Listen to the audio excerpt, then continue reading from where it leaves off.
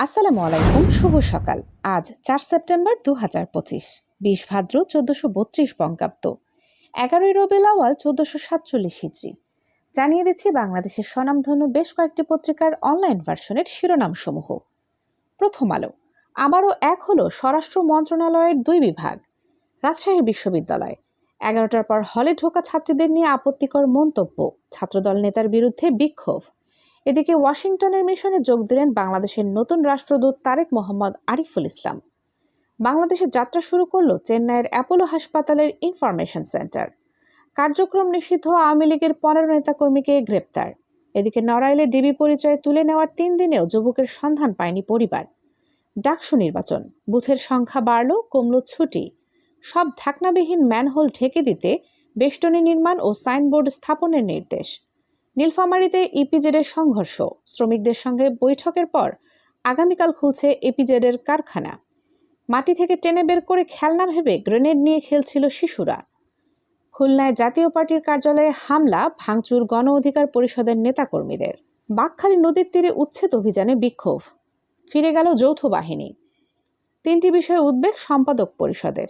বাংলাদেশ কৃষি বিশ্ববিদ্যালয় সিন্ডিকেটের বৈঠক হয়নি, হল ও শিক্ষা কার্যক্রম বন্ধের নোটিশ বলবৎ। জব্দ গাজার ওজন কম দেখানোর অভিযোগ, এসআই প্রত্যাহার। চলে যাচ্ছে যুগান্তর পত্রিকার পাতায়। বিসিএসএ মধ্যাহ্ন ভোজে উপদেষ্টা ও টাস্ক ফোর্স সদস্যরা, স্বাধীন পরিসংখ্যান কমিশন গঠনে মেলেনি উত্তর।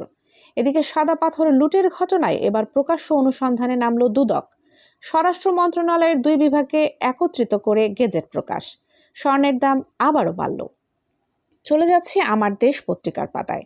সুন্দরবনের মাছের খাবার করে দিয়েছি, শুধু গুম নয়, ভাড়াটি খুনি হিসেবেও কাজ করতেন জিয়াউল।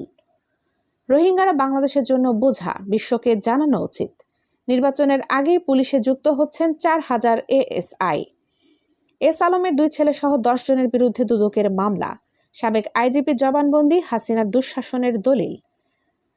৫ সেপ্টেম্বর ফ্যাসিবাদ বিরোধী শক্তির সংহতি সমাবেশ, ডাকসু প্রচারণা, সময়ের স্রোতে পাল্টে গেছে ধরন।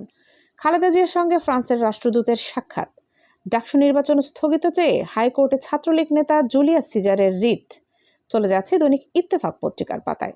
গুমের শিকার ৭ পরিবারের জন্য ব্যবসা প্রতিষ্ঠান খুলে দিল বিএনপি।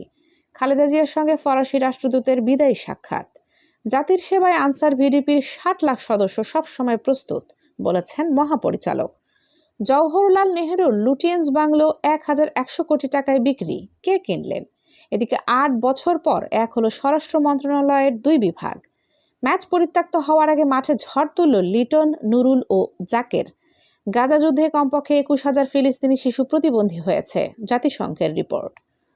পুতিনের সঙ্গে বৈঠকের পরই কিমের ডিএনএ মুছতে ব্যস্ত কর্মীরা। সবশেষে চলে যাচ্ছি নয়াদিগন্ত পত্রিকার পাতায়। দেশের ইতিহাসে স্বর্ণের রেকর্ড দাম, ভরি ১,৭৮,৮৩২ টাকা।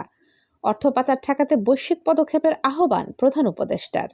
রোহিঙ্গা সংকট সমাধানে নতুন সম্মেলন আয়োজনের প্রস্তাব এপিএইচআর-এর। মহেশখালী মাতার বাড়িতে নতুন শহরের জন্ম হবে, বলেছেন প্রধান উপদেষ্টা।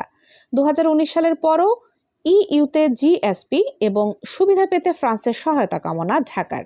এদিকে ফ্রান্সের বিদায়ী রাষ্ট্রদূতের সাথে খালেদা জিয়ার সৌজন্য সাক্ষাৎ। একীভূত হলো স্বরাষ্ট্র মন্ত্রণালয়ের দুই বিভাগ। ইউনিয়ন ব্যাংক থেকে ২৮,০০০ কোটি টাকা হাতিয়ে নিয়েছে এস আলম। ডাকসু নির্বাচন ৯ সেপ্টেম্বর হতে বাধা নেই। বৃষ্টিতে বাংলাদেশ নেদারল্যান্ডস তৃতীয় টি-20 পরিত্যক্ত। মাউশির পৃথকীকরণ প্রস্তাবের পক্ষে মাধ্যমিকের শিক্ষক, বিপক্ষে শিক্ষা ক্যাডার। আরপিও সংশোধনী চূড়ান্ত, ফেরারি আসামি নির্বাচনে অযোগ্য। ডাকসু নির্বাচনে ছুটি কমল। বৈদেশিক মুদ্রা রিজার্ভ ৩১.৪৩ বিলিয়ন ডলার। সবশেষে জানিয়ে দিচ্ছি আবহাওয়ার সংবাদ। আজকের সম্ভাব্য সর্বোচ্চ তাপমাত্রা ৩১ ডিগ্রি সেলসিয়াস এবং সর্বনিম্ন তাপমাত্রা ২৭ ডিগ্রি সেলসিয়াস। সারা দেশের বিভিন্ন জেলায় হালকা থেকে মাঝারি বজ্রসহ বৃষ্টিপাত হতে পারে।